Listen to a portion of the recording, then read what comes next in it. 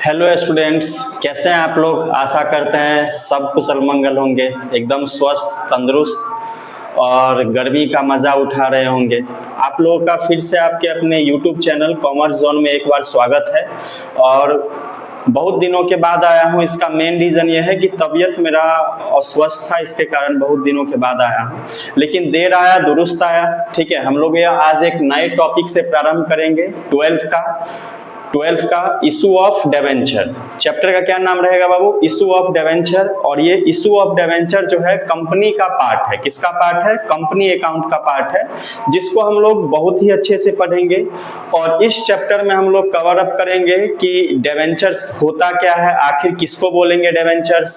दूसरा कि डिवेंचर्स की कुछ विशेषताएं होती होंगी, फीचर्स होती होंगी, कैरेक्टरिस्टिक्स होती होंगी। इसके बारे में आज हम लोग चर्चा करेंगे। तो आप लोग वीडियो को अच्छा से देखिएगा। उम्मीद करते हैं कि आप लोगों को पूरा समझ में आएगा। ठीक है, तो हम लोग स्टार्ट करते हैं। हम लोग का टॉपिक है बाबू डिवेंचर। क्या टॉपिक है? डिवेंचर। अब ये डिवेंचर होता क्या है उसको अच्छा समझिए। डिवेंचर को समझने से पहले मैं आप लोगों को बताना चाहूंगा कि हम लोगों ने इशू ऑफ शेयर्स के बारे में पढ़ा है, अंशों का निर्गमन। ठीक है, तो उसमें यदि आप लोगों ने वो चैप्टर अच्छा से पढ़ा होगा तो ये चैप्टर आपके लिए बहुत ही इजी है। यदि आप लोगों ने वो चैप्टर नहीं पढ़ा होगा तो अपने चैनल पे जाइए और चैनल पे इशू ऑफ शेयर्स का वीडियो बना हुआ है, वहां से वीडियो देखिए और फिर इस चैप्टर को अच्छा से कवर अप करिएगा।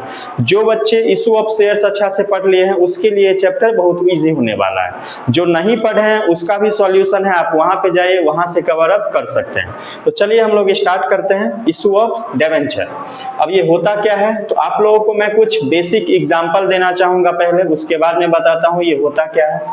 आप लोगों ने पढ़ा होगा कि इशू ऑफ हम लोगों ने जब पढ़ा था कि कंपनी जो होती है, कंपनी मान के चलिए ये अपना कोई कंपनी है जिसका नाम है एक्स लिमिटेड। क्या नाम है? X limited.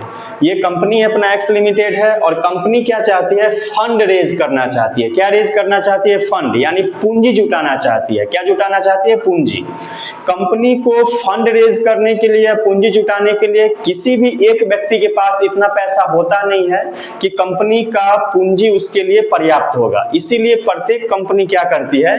अपना फंड या पूंजी जुटाती है अन्य लोगों की सहायता से। किसके सहायता से? अन्य लोगों की सहायता से। जब कोई कंपनी अपना पूंजी अन्य लोगों की सहायता से जुटाती है तो वो दो प्रकार से जुटाती है। पहला प्रकार आप लोगों को मैंने पढ़ाया है, थोड़ा रिकॉल करवा देता हूं कि कंपनी पब्लिक से बोलती है, पब्लिक लोग से बोलती है कि आप मेरे कंपनी में पैसा लगाओ, अपना पैसा लगाओ। बदले में तो कंपनी ऐसा क्या बोलती है पब्लिक से कि आप मेरे कंपनी में पैसा लगाओ, कैपिटल लगाओ, फंड लगाओ, फंड दो मुझे।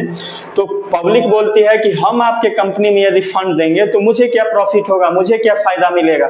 तो कंपनी उसको बोलती है कि आप यदि मेरे कंपनी में पैसा लगाइएगा तो आपको हम क्या करेंगे? ऑनरशिप प्रोवाइड करेंगे। क्या प्रोवाइड करेंगे बाबू? ऑनरशिप प्रोवाइड करेंगे।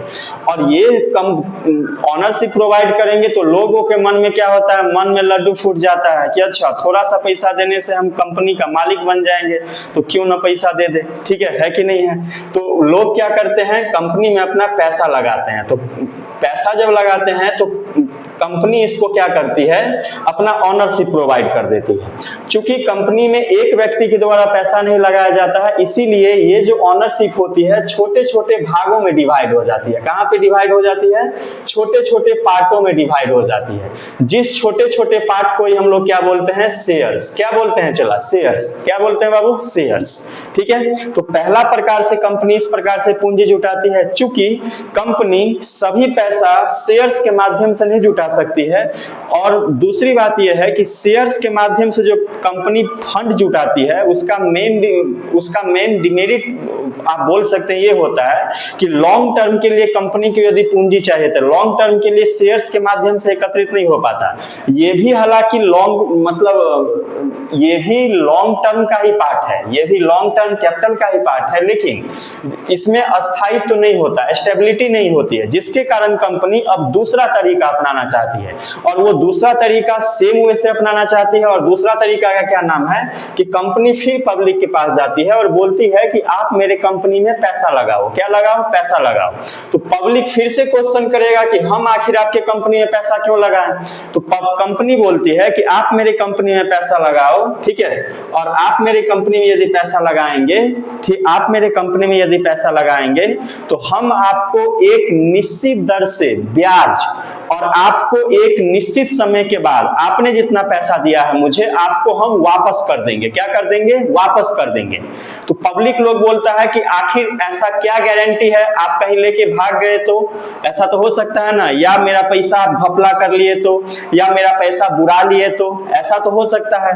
तो कंपनी बोलती है कि ऐसा कुछ नहीं है, ऐसा कुछ नहीं है। हम आपको एक लिखित रूप में, किस रूप में? लिखित रूप में एक डॉक्यूमेंट देते हैं, जिस डॉक्यूमेंट पे मेरे कंपनी का साइन और मोहर रहेगा। क्या रहेगा? साइन और मोहर। और ये डॉक्यूमेंट एक लिखित पत्र होगा। कौन सा पत्र होगा? लिखित पत्र होगा। जिस पत्र पर आपसे मैंने कितना ऋण लिया उसका, और मैं आपको कितना दिन बाद पैसा वापस करूंगा उसका जिक्र रहेगा। उसके बाद मैं आपको कितना दर से ब्याज दूंगा इस पे, उसका जिक्र रहेगा। तो पब्लिक बोलती है कि वाह, तब ये बात है तो हम आपका ये डॉक्यूमेंट खरीद लेते हैं। क्या कर देते हैं? खरीद लेते हैं। और इसी डॉक्यूमेंट को चला हम लोग बोलते हैं डिबेंचर। क्या बोलते हैं? डिबेंचर, ऋण पत्र। क्या बोलते हैं? डिबेंचर, ऋण पत्र। क्या बोलते हैं चला सब? ऋण पत्र। इसी डॉक्यूमेंट को क्या बोलते हैं? ऋण पत्र। चूंकि लोग कंपनी का ऋण पत्र इसलिए खरीदते हैं क्योंकि कंपनी एक निश्चित दर से ब्याज देती है। किसको? पब्लिक को। किसको? पब्लिक को। यानी जो व्यक्ति कंपनी का डिबेंचर खरीदता है उसको कंपनी क्या करती है? एक निश्चित दर से ब्याज देती है। और जो व्यक्ति कंपनी का डिबेंचर खरीदता है उसे बोलते हैं डिबेंचर होल्डर। क्या बोलते हैं चला? डिबेंचर होल्डर, ऋण पत्रधारी। क्या बोलते हैं? ऋण पत्रधारी। ठीक है, तो ऋण पत्रधारी को कंपनी एक निश्चित दर से क्या देती है? ब्याज देती है। क्या देती है? ब्याज देती है। और ये डॉक्यूमेंट जो होता है, इस डॉक्यूमेंट पे कंपनी का साइन मोहर के साथ और इस चीज का मेंशन रहता है कि हम आपको एक निश्चित समय के बाद इतना दर से ब्याज आपको मूलधन के समेत वापस कर देंगे। जैसे मान के चलिए कि कंपनी ने बोला पब्लिक लोग से कि हम आपको 10 वर्ष बाद, कितना वर्ष बाद? 10 वर्ष बाद आपको हम पैसा का भुगतान कर देंगे। ठीक है, और इस 10 वर्ष में जो आपको हम पैसा का भुगतान करेंगे तो इस पे हम 12% की दर से ब्याज देंगे। कितना दर से ब्याज देंगे? 12%। तो कंपनी प्रत्येक वर्ष 12% ब्याज देगी। किसको? डिबेंचर होल्डर को। किसको देगी? डिबेंचर होल्डर को। अब इस डिबेंचर में शर्त ये रहता है कि ये चार्ज ऑन प्रॉफिट माना जाता है। कंपनी के ऊपर क्या माना जाता है? Charge on profit. इसका मतलब ये हुआ कि कंपनी को यदि प्रॉफिट हो रहा है, लॉस हो रहा है, उससे डिबेंचर होल्डर को मतलब नहीं है। इसको किसी भी हालत में कंपनी को क्या देना है? ब्याज देना है, जितना इसने अपने इस ऋण पत्र पे क्या कर दिया है? मेंशन कर दिया है। कंपनी को प्रॉफिट हो, लॉस हो, उससे डिबेंचर होल्डर को मतलब नहीं है। इसको केवल और केवल पैसा दिया और इसको जितना ब्याज दर का उल्लेख है उतना ब्याज दर इसका मिलना चाहिए। पहली बात। दूसरी बात कि एक निश्चित समय के बाद इसका जो पैसा है वो कंपनी भुगतान देगी। क्या देगी? भुगतान देगी। यदि ऐसा नहीं होता है तो जो डिबेंचर होल्डर होते हैं वो फटाक से क्या करेंगे? अपना डिबेंचर लेकर के किसके पास चले जाएंगे? कोर्ट के पास चले जाएंगे और जज महोदय को बोलेंगे कि सर, फलना कंपनी को मैंने ऋण दिया है और देखिए फलना कंपनी का डिबेंचर है और मुझे ये क्या दे रहा है? मेरा पैसा वापस नहीं दे रहा है। तो जज साहब तुरंत बोलेंगे कि अपना डिबेंचर होल्डर का आप क्लियर कीजिए जितना भी है। तो इसलिए ये जो डिबेंचर होता है वो क्या माना जाता है? कंपनी का सिक्योर। क्या माना जाता है? सिक्योर। यानी ये क्या होता है? सुरक्षित होता है। और इसमें जोखिम जो होता है, रिस्क नो के बराबर होता है। किसके बराबर होता है? नो के बराबर होता है। बात समझ में आया? तो डिबेंचर क्या है? यहां तक आप लोगों ने वो आइडिया बना लिया होगा डिवेंचर क्या है। अब थोड़ा हम लोग इसके डिफिनीशन की ओर चलते हैं। डिवेंचर क्या है, तो आप लोग अच्छा है समझिए कि मैं कोई कंपनी हूं और मैं एक्स लिमिटेड नाम का कोई कंपनी हूं, और यदि मैं एक्स लिमिटेड का नाम का कोई कंपनी हो तो मुझे क्या चाहिए, ऋण चाहिए। क्या चाहिए चिल्ला सब, ऋण चाहिए, लोन चाहिए। और लोन चाहिए तो मैं पब्लिक लोग के पास ये डॉक्यूमेंट लेके जाऊंगा, और इस डॉक्यूमेंट पे मैंने लिख दिया है कि जो भी व्यक्ति मुझे ऋण देगा उसको मैं एक निश्चित समय के बाद एक निश्चित दर से क्या करेंगे, भुगतान करेंगे। क्या करेंगे, भुगतान करेंगे। ठीक है, तो इसी डॉक्यूमेंट को हम लोग बोलते हैं कंपनी की भाषा में डिवेंचर। क्या बोलते हैं, डिवेंचर। यानी डिवेंचर क्या है, डिवेंचर कंपनी का एक लिखित डॉक्यूमेंट होता है जिसपे कंपनी का अपना साइन और मोहर रहता है। क्या रहता है, साइन और मोहर रहता है, जिसमें एक निश्चित समय के बाद एक निश्चित दर से ब्याज के भुगतान का क्या होता है, उल्लेख होता है। और इसी डॉक्यूमेंट को हम लोग बोलते हैं डिवेंचर। क्या बोलते हैं चला सब, डिवेंचर। शॉर्टकट भाषा में यदि आप लोग समझिएगा तो शॉर्टकट भाषा में क्या बोलेंगे, यानी ऋण पत्र एक ऐसा पत्र होता है जिसके माध्यम से कोई भी कंपनी ऋण लेने का काम करती है, लोन लेने का काम करती है, और इसी डॉक्यूमेंट को हम लोग क्या बोलते हैं, ऋण पत्र। क्या बोलते हैं चला सब, ऋण पत्र, डिवेंचर। तो आई होप मुझे लग रहा है डिवेंचर समझ में आ गया। अब आप लोग मुझे बताइए कि क्या इस डिवेंचर पे एक निश्चित दर से ब्याज का उल्लेख होगा, बिल्कुल होगा। एक निश्चित समय के बाद, बिल्कुल होगा। क्या इस डॉक्यूमेंट में किसी भी प्रकार का रिस्क है, बिल्कुल नहीं है, क्योंकि ये क्या है, एक लिखित प्रमाण पत्र होता है कंपनी का। क्या होता है चला सब, प्रमाण पत्र होता है, इसीलिए इसमें रिस्क नो के बराबर होता है। दूसरी बात कि जो व्यक्ति कंपनी का डिवेंचर खरीदता है उसे क्या बोलते हैं, डिवेंचर होल्डर। क्या बोलते हैं, डिवेंचर होल्डर। क्या बोलते हैं चला सब, डिवेंचर होल्डर। ठीक है, तो आई होप मुझे लग रहा है कि आप लोगों ने डिवेंचर समझ गए होंगे। डिवेंचर का मतलब, डिवेंचर एक ऐसा प्रमाण पत्र होता है जिसके माध्यम से कंपनी ऋण लेने का कार्य करती है। क्या लेने का कार्य करती है, ऋण लेने का कार्य करती है, जिस डॉक्यूमेंट पे कंपनी का मोहर और एक निश्चित दर से, ठीक एक निश्चित समय के बाद ब्याज सहित का क्या रहता है, भुगतान का उल्लेख रहता है, और इसी डॉक्यूमेंट को हम लोग बोलते हैं डिवेंचर। क्या बोलते हैं, डिवेंचर। यदि इतना बड़ा डिफिनीशन नहीं याद रहेगा तो आप लोग छोटा सा डिफिनीशन याद रखिएगा कि ऋण पत्र एक ऐसा पत्र होता है कंपनी का जिसके माध्यम से कंपनी ऋण लेने का कार्य करती है, जिसमें एक निश्चित दर से भुगतान की शर्त का उल्लेख होता है। किसका, भुगतान की शर्त का उल्लेख होता है, और इसी डॉक्यूमेंट को क्या बोलते हैं, डिवेंचर। क्या बोलते हैं चला सब, डिवेंचर। इतना समझ गए। चलिए आगे फिर हम लोग समझते हैं। डिवेंचर की कुछ विशेषताएं होती होंगी, बिल्कुल है। इसकी कुछ फीचर्स होती होंगी, इसकी बिल्कुल फीचर्स होती है। अब इसकी फीचर्स क्या होती है, सबसे पहला फीचर्स देखिए, यह कंपनी द्वारा लिए गए ऋण का प्रमाण पत्र होता है। बिल्कुल सही बोल रहा है। क्यों, क्या बोल रहा है कि यह कंपनी द्वारा लिए गए ऋण का क्या होता है चला सा, प्रमाण पत्र होता है। ठीक है, कि कोई भी कंपनी ऋण लेती है तो ऋण लेने के बदले में वो अपने जिससे ऋण लेती है उस व्यक्ति को क्या सौंपती है, अपना ये डॉक्यूमेंट सौंपती है। ठीक है, जिस डॉक्यूमेंट पे कंपनी का साइन और मोहर रहता है। ठीक है, इसीलिए इस डॉक्यूमेंट को क्या बोला जाता है, लिखित प्रमाण पत्र। क्या बोला जाता है, लिखित प्रमाण पत्र। और ये प्रमाण पत्र प्रूफ करता है कि फलना कंपनी ने फलना व्यक्ति से क्या लिया है, ऋण लिया है। बात समझ में आया। इसीलिए इसकी पहली विशेषता क्या है, यह कंपनी द्वारा लिए गए ऋण का क्या है, प्रमाण पत्र है। बात समझ में आया, पहली बात। दूसरी बात कि दूसरी विशेषता क्या है, इसमें एक निश्चित ब्याज दर होती है। क्या होती है चला सब, निश्चित ब्याज दर। यानी जो हमारा ऋण पत्र होता है उसमें एक निश्चित ब्याज दर का उल्लेख होता है, जैसे 6%, 12%, 14%, 10% इत्यादि। ठीक है, यदि कंपनी इस पर मेंशन कर दिया है कि हम आपको 12% की दर से ब्याज देंगे तो कंपनी अपने डिवेंचर होल्डर को 12% की दर से क्या करेगी, ब्याज का भुगतान करेगी। इसीलिए इसकी दूसरी विशेषता क्या है, इसमें एक निश्चित दर से एक निश्चित ब्याज दर होती है। ठीक है, तो पहला विशेषता क्या, यह कंपनी द्वारा लिए गए ऋण का प्रमाण पत्र है। दूसरा, इसमें एक निश्चित ब्याज दर होती है कि नहीं होती है। गांव भर में अपने सब ऋण लेते हैं किसी से तो क्या करवाते हैं, कुछ प्रूफ रहता है नहीं, ज्यादा से ज्यादा क्या करवाता है, सादा कागज पर सिग्नेचर करवा लेता। अब मुझे बताइए, सादा कागज पर सिग्नेचर करवा लिया, यदि कोई पैसा लेके भाग गया तो क्या कर सकता है। हम लोगों का क्षेत्रीय स्तर है, इसीलिए लोग का जान पहचान रहता है तो पैसा वापस कर देता है, नहीं तो बड़ा प्रॉब्लम होता है, जब लेने वाला पैसा ले लेता है और देते समय उसको क्या होता है कि अब कैसे पैसा दे, लेते समय तो बहुत अच्छा बात बोलेगा, लेकिन जब वो पैसा देता है, ठीक है ना, तो देते समय आजकल करता रहेगा, पैसा जल्दी देगा ही नहीं आपको, है कि नहीं है, ऐसा होता है। चलिए आगे देखते हैं। तीसरा क्या है, यह रक्षित और आरक्षित हो सकता है। देखिए जनरली जो ऋण पत्र होते हैं वो सिक्योर्ड होते हैं, क्या होते हैं, सुरक्षित माने जाते हैं। क्या होते हैं, सुरक्षित माने जाते हैं। जब हम लोग ऋण पत्र के प्रकार में पढ़ेंगे तो उसमें एक दो ऐसा प्रकार आएगा जिसमें देखने को मिलेगा कि ऋण पत्र कभी कभी असुरक्षित भी हो जाते हैं या आरक्षित भी हो जाते हैं, ठीक है।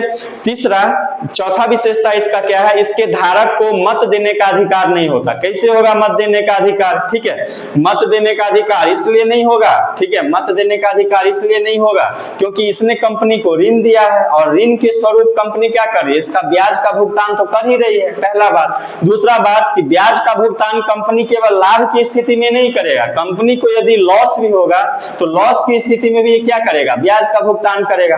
तो अब इसका कुछ भूमिका रहा, कुछ नहीं भूमिका रहा, तब कंपनी इसको मत देने का अधिकार क्यों देगी। तो जो हमारा ऋण पत्रधारी होते हैं उसको कंपनी के किसी भी प्रकार के मीटिंग में मत देने का अधिकार नहीं होता। यहां तक कि ऋण पत्रधारी को जनरली बुलाया भी नहीं जाता है किसी भी प्रकार के मीटिंग में, कंपनी के जो बड़े बड़े मीटिंग्स होते हैं, ठीक है, बात समझ में आया।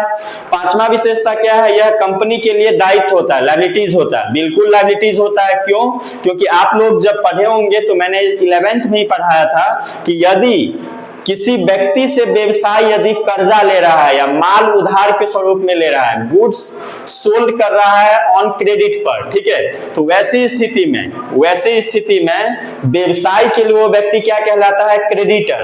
और क्रेडिटर क्या होता है चला, लायबिलिटीज। क्या होता है, लायबिलिटीज। चूंकि यहाँ पे कंपनी व्यक्ति से क्या ले रहा है, ऋण ले रहा है, तो आज न कल कंपनी को इसको पैसा वापस करना होगा, इसीलिए कंपनी के लिए क्या कहलाते हैं, दायित्व कहलाता है। ऋण पत्र कंपनी के लिए क्या कहलाता है, दायित्व कहलाता है। क्या कहलाता है चला सब, दायित्व कहलाता है। और जो व्यक्ति कंपनी का ऋण पत्र खरीदता है कंपनी के लिए वो क्या कहलाता है, क्रेडिटर। क्या कहलाता है, क्रेडिटर। तो जो हमारा डिबेंचर होल्डर है वो कंपनी के लिए क्या कहलाता है, क्रेडिटर। ध्यान रहेगा इतना कि नहीं रहेगा, ध्यान बिल्कुल ध्यान रहना चाहिए, ठीक है। तो इसकी ऋण पत्र क्या है समझ गए होंगे, ऋण पत्र की विशेषताएं क्या है समझ गए होंगे। चलिए एक बार हम और रिकॉल कर लेते हैं। सबसे पहले ऋण पत्र क्या है चला सब, तो ऋण पत्र कंपनी का एक ऐसा लिखित प्रमाण पत्र होता है जिसके माध्यम से कंपनी ऋण लेने का कार्य करती है, जिसपे कंपनी भुगतान जिसपे भुगतान की शर्तों का क्या होता है, उल्लेख होता है। जिसपे भुगतान की शर्तों का क्या होता है, उल्लेख होता है।